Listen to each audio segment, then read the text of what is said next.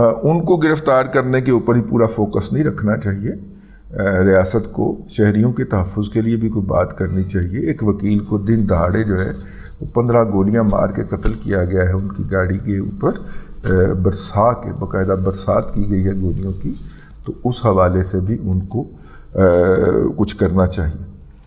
تو یہ تو پہلی افسوسناک خبر تھی. دوسری ایک اور خبر ہے اور وہ ہے نیب سے, اور نیب نے جناب فرت شہزادی عرف فرا گوگی جو ہے, جو کہ ہاکی کی ایک پلیئر بھی, ہاکی اور بیڈمنٹن کی نیشنل لیول کی پلیئر بھی رہی ہیں. آپ کو کھلاڑی تو وہ اب بھی ویسے کھلاڑی تو وہ ہیں, ٹھیک ہے, اور ان کو اور ان کے موجودہ خاوند احسن جمیل گجر صاحب کو, جن کی وہ دوسری وائف ہیں, ان کو نوٹس جاری کیے ہیں. یہ نوٹس جو ہیں ان کی آپ عکس جو ہے وہ دیکھ رہے ہوں گے, جو فرح شہزادی صاحبہ کو کیا گیا ہے. انہیں کہا گیا ہے کہ جناب آپ کے اکاؤنٹس کے اندر ہم نے 4 ارب روپے سے زائد کی ٹرانزیکشن دیکھی ہے, جس کا بظاہر کوئی ثبوت جو ہے آپ کے سورس آف انکم سے نہیں ملتا.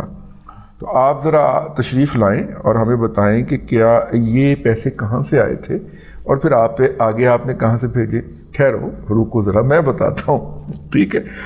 تو وہ جناب جو ہے مسٹر ذیشان انڈریاس اسسٹنٹ ڈائریکٹر جو ہے وہ ٹھوکر نیاز بیگ کے پاس اب پیش ہوں. یہ نوٹس ہے, اور اسی طرح کا ایک نوٹس احسن جمیل گجر صاحب کو ہے.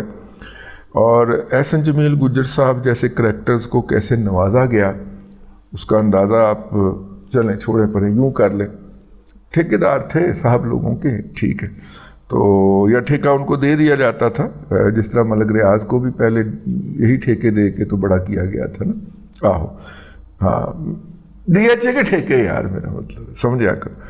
تو یہ جناب دوسرا نوٹس ہے. یہ احسن جمیل گجر صاحب کو بھی نوٹس دیا گیا ہے, اور کوگنیزنس افینس آپ نے کمٹ کیا ہے NAB ordinance 1999 anti money laundering 2010 کے تحت.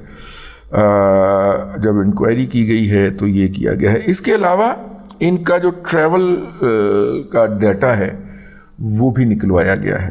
نیب جو ہے وہ ایک نوٹس دیتا ہے, پھر دوسرا دیتا ہے, پھر تیسرا دیتا ہے, اور اس کے بعد پھر وہ بیل ایبل وارنٹ کے لیے عدالت میں چلا جاتا ہے. تو اس کے جو موٹے موٹے پوائنٹ ہیں میں نے کہا وہ آپ کی خدمت میں عرض کر دیے جائیں.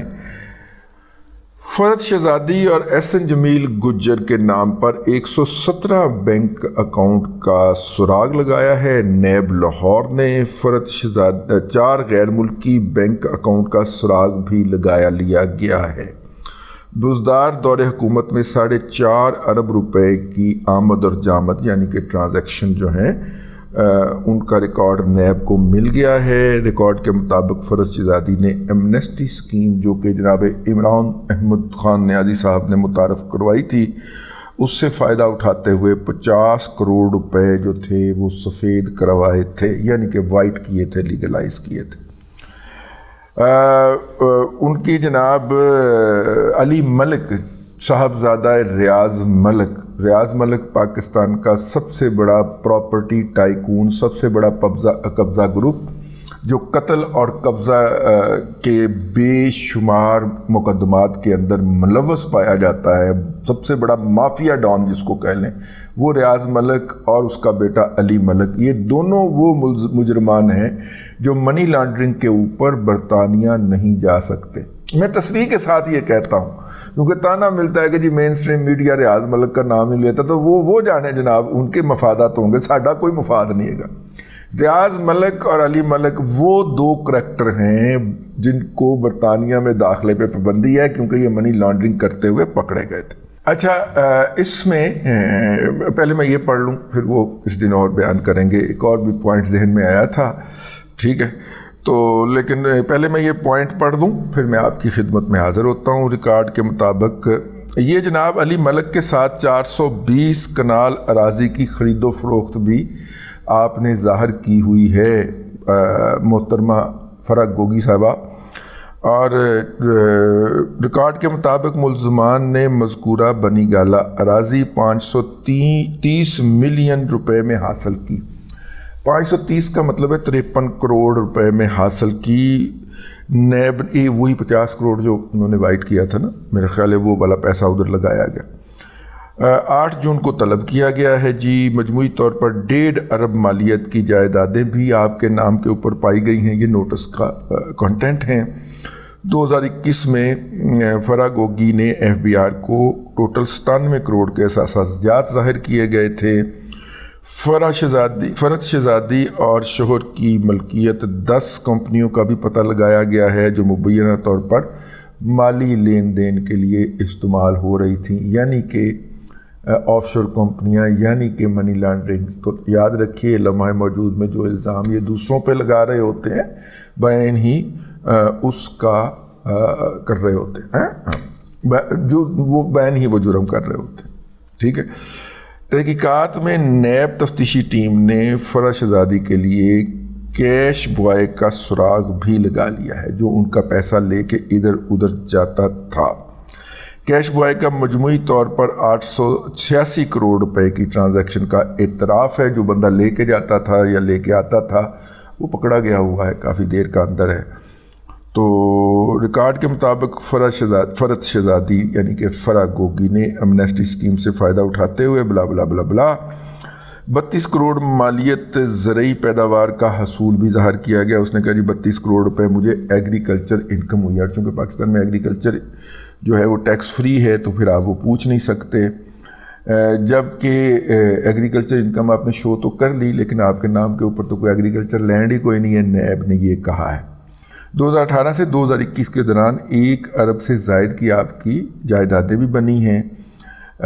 دبئی میں ایک لگژری فلیٹ کا بھی آپ نے انکشاف کیا ہے اپنی ریٹرن کے اندر نہیں، جسے ایف بی آر میں ظاہر نہیں کیا گیا ہوا۔ فرد شہزادی جو ہے وہ ڈیفنس لاہور میں 8 جائیدادوں کی مالک نکلی ہیں، جس میں ایک کمرشل پلازا بھی شامل ہے۔ بحریہ ٹاؤن میں کروڑوں روپے ملیت کا 4 کنال کا پلاٹ بھی جائیداد میں شامل ہے۔ اسلام آباد کے سیکٹر F7 میں 2 کنال کا بنگلہ بھی فرد شہزادی کے نام پہ ہونے کا انکشاف ہوا ہے۔ نیب تحقیقات میں احسن جمیل گجر اور فرد شہزادی کے نام 19 گاڑیاں بھی پائی گئی ہیں۔ انہوں نے کہا آگے پڑھنے والا سورس آف انکم دسو، وہ سورس آف انکم بتاتے ہیں یا نہیں بتاتے یہ تو دیکھیں۔ دوسرا نوٹس گیا ہے، ابھی تیسرا جانا ہے اور اس کے بعد پھر کارروائی آگے بڑھنی ہے۔ گھوم پھر کے کھرا اس کا جو ہے وہ جانا ہے پنکی پیرنی تک۔ کیوں جانا ہے یہ ہم آپ کو بھی بتا سکتے ہیں کیونکہ یہ فرنٹ لیڈی تھی۔ پنجاب کے اندر ٹرانسفروں کے حوالے سے میں آپ کو پورے کانفیڈنس کے ساتھ بتا سکتا ہوں کہ جس ڈی پی او نے اپنی مرضی کی ٹرانسفر لینی ہوتی تھی وہ 1 عدد ہار پیش کیا کرتے تھے، 1 عدد ہار فرا بی بی کو اور 1 عدد ہار پنکی پیرنی کے لیے فرا بی بی کے حوالے ہوتا تھا۔ وہ کہا جاتا ہے، اب تو خیر ڈالر کی پرائس بڑھ گئی ہیں لیکن ڈالر کی جو قیمت جو تھی جب 168 یا 170 کے ارد گرد تھی تو وہ کوئی 3.5 کروڑ روپے کا ایک ہار تھا۔ ان کو ڈیزائن لکھ کے دیا جاتا تھا، مطلب SMS کارڈ دیا جاتا تھا اور دکان بتا دی جاتی تھی کہ فلاں جگہ کے اوپر یہ بڑا ہار جو ہے وہ میڈم کے لیے اور چھوٹا ہار میرے لیے۔ اچھا مزے کی بات یہ ہے کہ چور چوری سے جائے ہیرا پھیری سے نہ جائے، وہ ہار وہاں سے وہ صاحب جو تھے وہ منگوا کے دیتے تھے، وہ گفٹ ہوتا تھا۔ اگلی فلائٹ پہ وہ ہار جو تھا وہ واپس اسی دکاندار کے پاس پہنچ جاتا تھا، وہ ہار کوئی 200-250 مرتبہ بھی کیا جائے، ٹھیک ہے۔ اور یہ یوں وہ پھر عمران خان کو وہ لوٹا گھما کے پنکی پیرنی صاحبہ بتاتی تھیں کہ یہ افسر اگر یہاں پہ لگ جائے تو بڑا کمال ہو جائے۔ تو عمران خان صاحب نے پھر آخر میں تو یہ بھی کر دیا تھا نا کہ تم مجھے بتانے کے بجائے براہ راست جو ہے وہ بونگے بزدار کو بتا دیا کرو، تو وہ بتا دیا کرتی تھی۔ تو یہ ان کا طریقہ واردات رہا ہے۔ ظاہر اس طریقے سے آنے والے پیسوں کا سراغ کہاں سے لگایا جا سکتا ہے؟